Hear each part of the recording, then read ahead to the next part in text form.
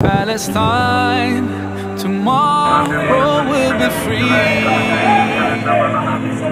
Palestine, tomorrow will be free.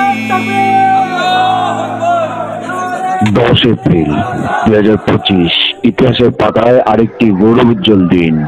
Dhaka মহানগর দক্ষিণ বিএনপির ডাকে দখলদার ইসরায়েলের বিরুদ্ধে রাস্তায় নেমে আসে লাখো জনতা। রাজধানীর ওয়ারি থানা হয়ে উঠেছিল প্রতিবাদের মঞ্চ।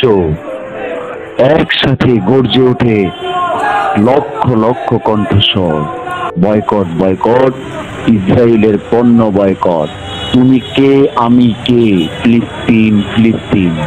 বিএনপির নেতাকর্মীরা জানিয়ে দেন, ফিলিস্তিনের সঙ্গে আছে বাংলাদেশ, আছে বাংলার প্রতিটি বিবেকবান মানুষ। ওয়ারি থানার একনিষ্ঠ নেতা কাজী আবুল বাশার বলেন, ইসরায়েলের দোসররা চুপ থাকলেও আমরা চুপ নেই, চুপ থাকব না।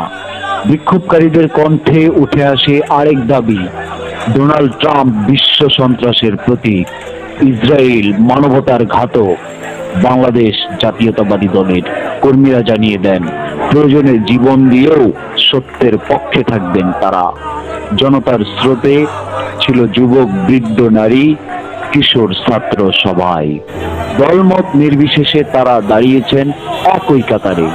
ওয়ারির জনগণ বিশ্বাস করে কাজী মনিরুজ্জামান মনি আদর্শিক রাজনীতির এক উজ্জ্বল প্রতীক।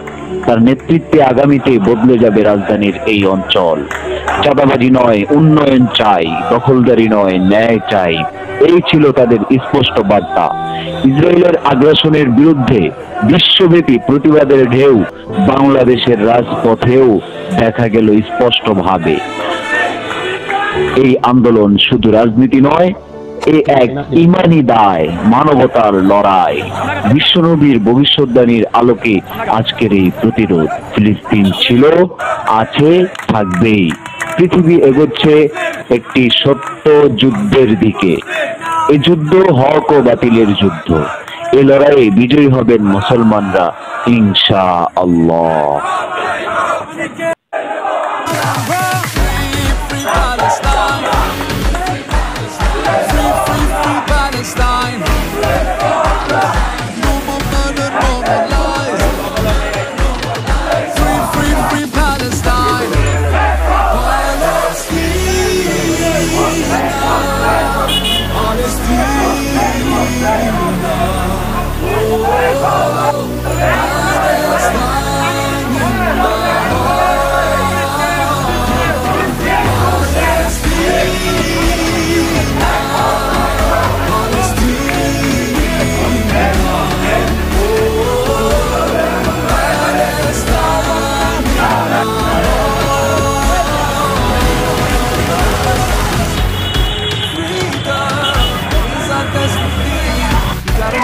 Better be on the right side of history. No one can be free until we all are free.